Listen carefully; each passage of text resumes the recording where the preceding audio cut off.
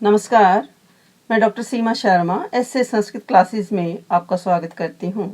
आज हम सामवेद पर चर्चा करने जा रहे हैं। इससे पहले ऋग्वेद और यजुर्वेद के बारे में हम जान चुके हैं। तो सामवेद संहिता, वैदिक संहिताओं में सामवेद का महत्वपूर्ण स्थान है। इसके लिए तो यहाँ तक कहा गया है कि जो व्यक्ति साम को जानता है वही वेद रहस्य का ज्ञाता हो सकता है।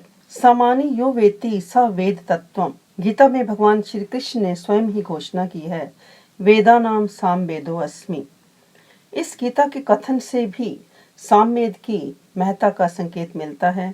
आशय यह है कि वेदों में सामवेद का महत्वपूर्ण स्थान है तथा वे सामगायन परंपरा अर्वाचीन न होकर प्राचीनतम है। वैदिक मंत्र जो छंदोबद्ध रूप में गाए जाते हैं उन्हें साम कहते हैं और उनके संकलन को सामवेद कहते हैं।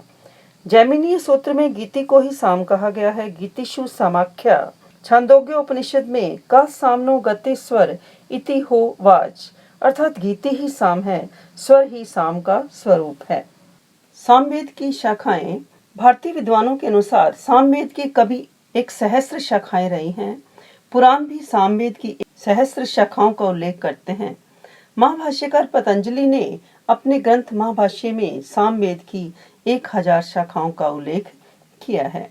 महर्षि शौनक ने चरण व्यूह परिशिष्ट में इस विषय का निर्देश करते हुए लिखा है कि सामवेद के 1,000 भेद होते हैं, जिनमें से अनेक अनाध्याय के समय पढ़े जाने के कारण इंद्र के द्वारा अपने वज्र प्रहार से नष्ट कर दिए गए। सामवेदस्य किल सहस्र भेदा भवन्ति एष अनध्यायेषु अधीयान ते शतऋतु व्रजेन अभिहतो। परंतु संप्रति सामवेद की 3 शाखाएं प्राप्त होती हैं, कौथुमीय, राणायनीय और जैमिनीय शाखा। तो कौथुमीय शाखा का प्रचार गुजरात में था, राणायनीय का महाराष्ट्र में और जैमिनीय का कर्नाटक में। परंतु इनमें से सबसे अधिक कौथुमीय शाखा सर्वाधिक लोकप्रिय है और इसका विभाजन 2 रूपों में किया गया है, पूर्वार्चिक और उत्तरार्चिक। तो पूर्वार्चिक में 4 कांड, 6 प्रपाठक और 650 मंत्र हैं। उत्तरार्चिक में 9 प्रपाठक, 21 अध्याय, 1225 मंत्र और 400 सूक्त हैं।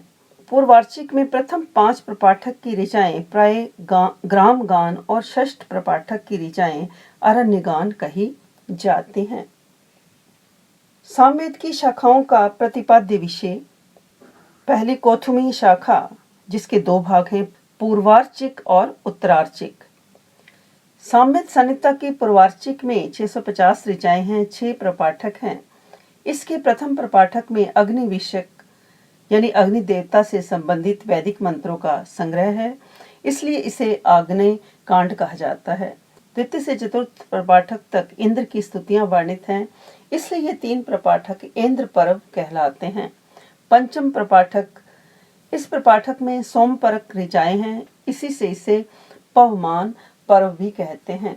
षष्ठ प्रपाठक अरण्य पर्व के नाम से प्रसिद्ध है, इसमें गान विषयक ऋचाओं के दर्शन होते हैं।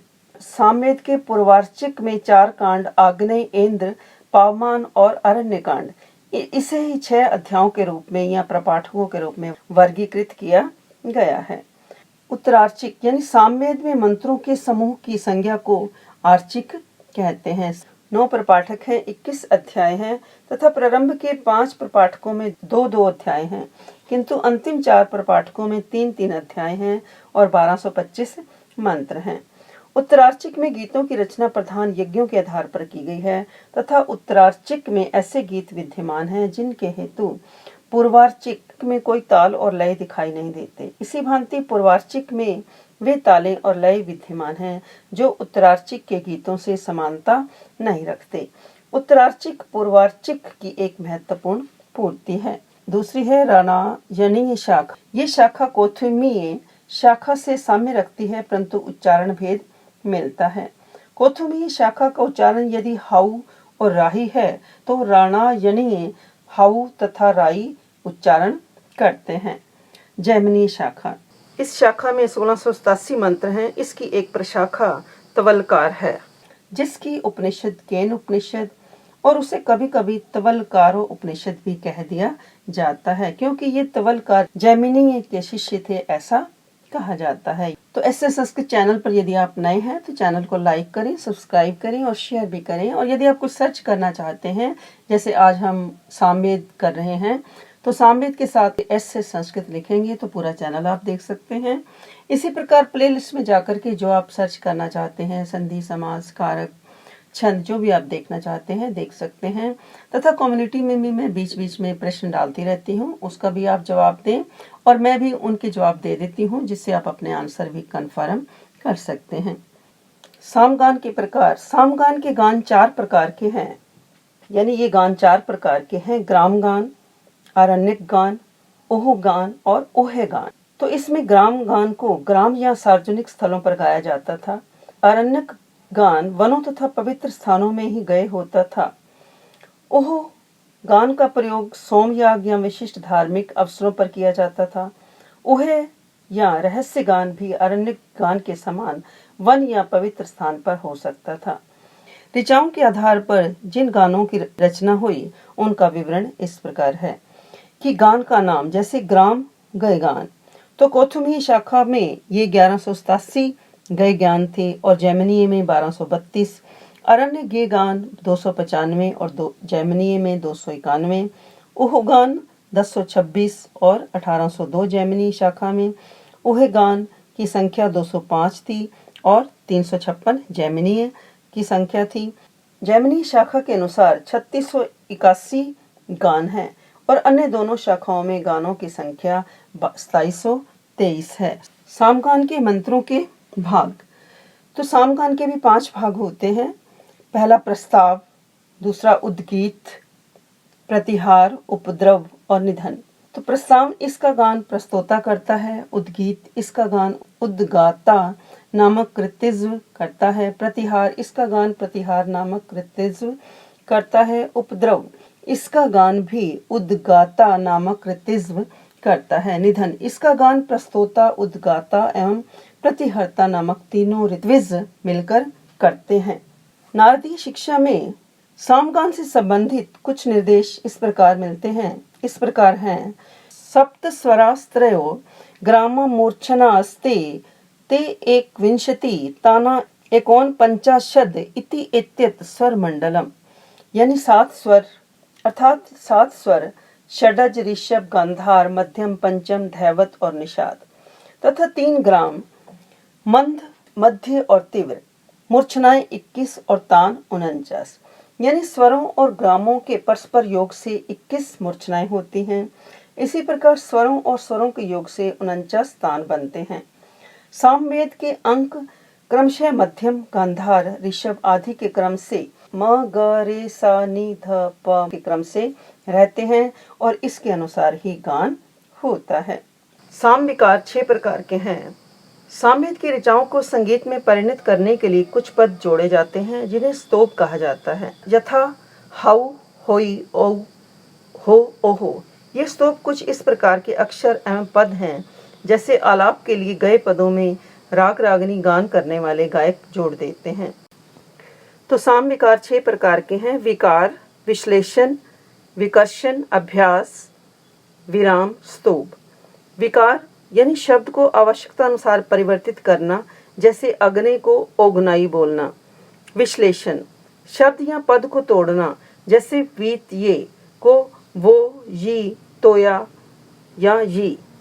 विकर्षण एक स्वर को देर तक खींचना, जैसे ये या ये, इसको लंबा खींचना, एक स्वर को देर तक खींचना, इसको लंबा खींचना। अभ्यास किसी पद को बार बार बोलना, जैसे तोया, तोया, तोया। विराम यानी गान की सुविधा के लिए शब्द को बीच में तोड़कर रुक जाना, जैसे गृनानो ह, गृनानो हव्य व्या दातय, दातय। तो यहाँ हव्य के है को पूर्व शब्द के साथ जोड़ा गया है, तो क्या बोला गया है? गृनानो ह।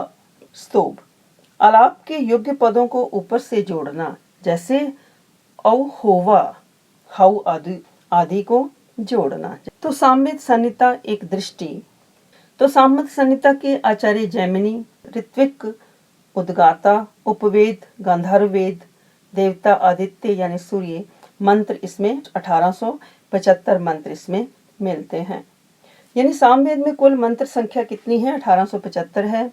पूर्वार्चिक में जैसे हमने पहले पढ़ा कि पूर्वार्चिक में 650 मंत्र और उत्तरार्चिक में 1225 मंत्र हैं। सामवेद में ऋग्वेद से 1504 मंत्र लिए गए हैं। सामवेद के केवल 104 मंत्र ही अपने हैं।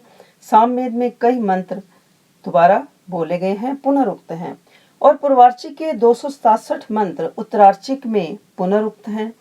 सामवेद के 104 मंत्रों में भी 5 मंत्र दोबारा कहे गए हैं। तो इस प्रकार यदि हम इनको जोड़ें तो ऋग्वेद से लिए गए मंत्र हमारे पास 1504 आ जाते हैं। सामवेद के स्वयं के मंत्र 99 हैं। उनका कुल योग कितना बैठता है? 1875 हमारा योग हो जाता है। तो सामवेद के आरण्यक, तुवल्लकार और छांदोग्य उपनिषद, केन उपनिषद, छांदोग्य उपनिषद, सामवेद के ब्राह्मण, तांडे ब्राह्मण, षट्विंश ब्राह्मण, सामवेदान ब्राह्मण, आर्षेय, देवत उपनिषद, संहिता उपनिषद और वंश ब्राह्मण। तो इसमें आपको प्रश्न में पूछा जा सकता है कि जैसे कौन सा ब्राह्मण ग्रंथ सामवेद का ब्राह्मण ग्रंथ नहीं है? ऑप्शन में आ गया तांडे, षट्विंश, आर्षेय और तैत्तिरीय ब्राह्मण। तो आपका जवाब क्या होगा? तैत्तिरीय ब्राह्मण जो है सामवेद का ब्राह्मण नहीं है। तैत्तिरीय ब्राह्मण किसका ब्राह्मण है? यजुर्वेद का ब्राह्मण ग्रंथ है। शिक्षा, सामवेद की शिक्षा ग्रंथ कौन कौन से हैं? गौतमी शिक्षा, लोमशी शिक्षा और नारदीय शिक्षा। श्रोत सूत्र, आर्षेय, लटायन, द्रहयायन, जैमिनीय। गृह सूत्र गोभिल, खादिर, द्रहयायन, जैमिनीय और कौथुक। और धर्म सूत्र गौतम धर्म सूत्र।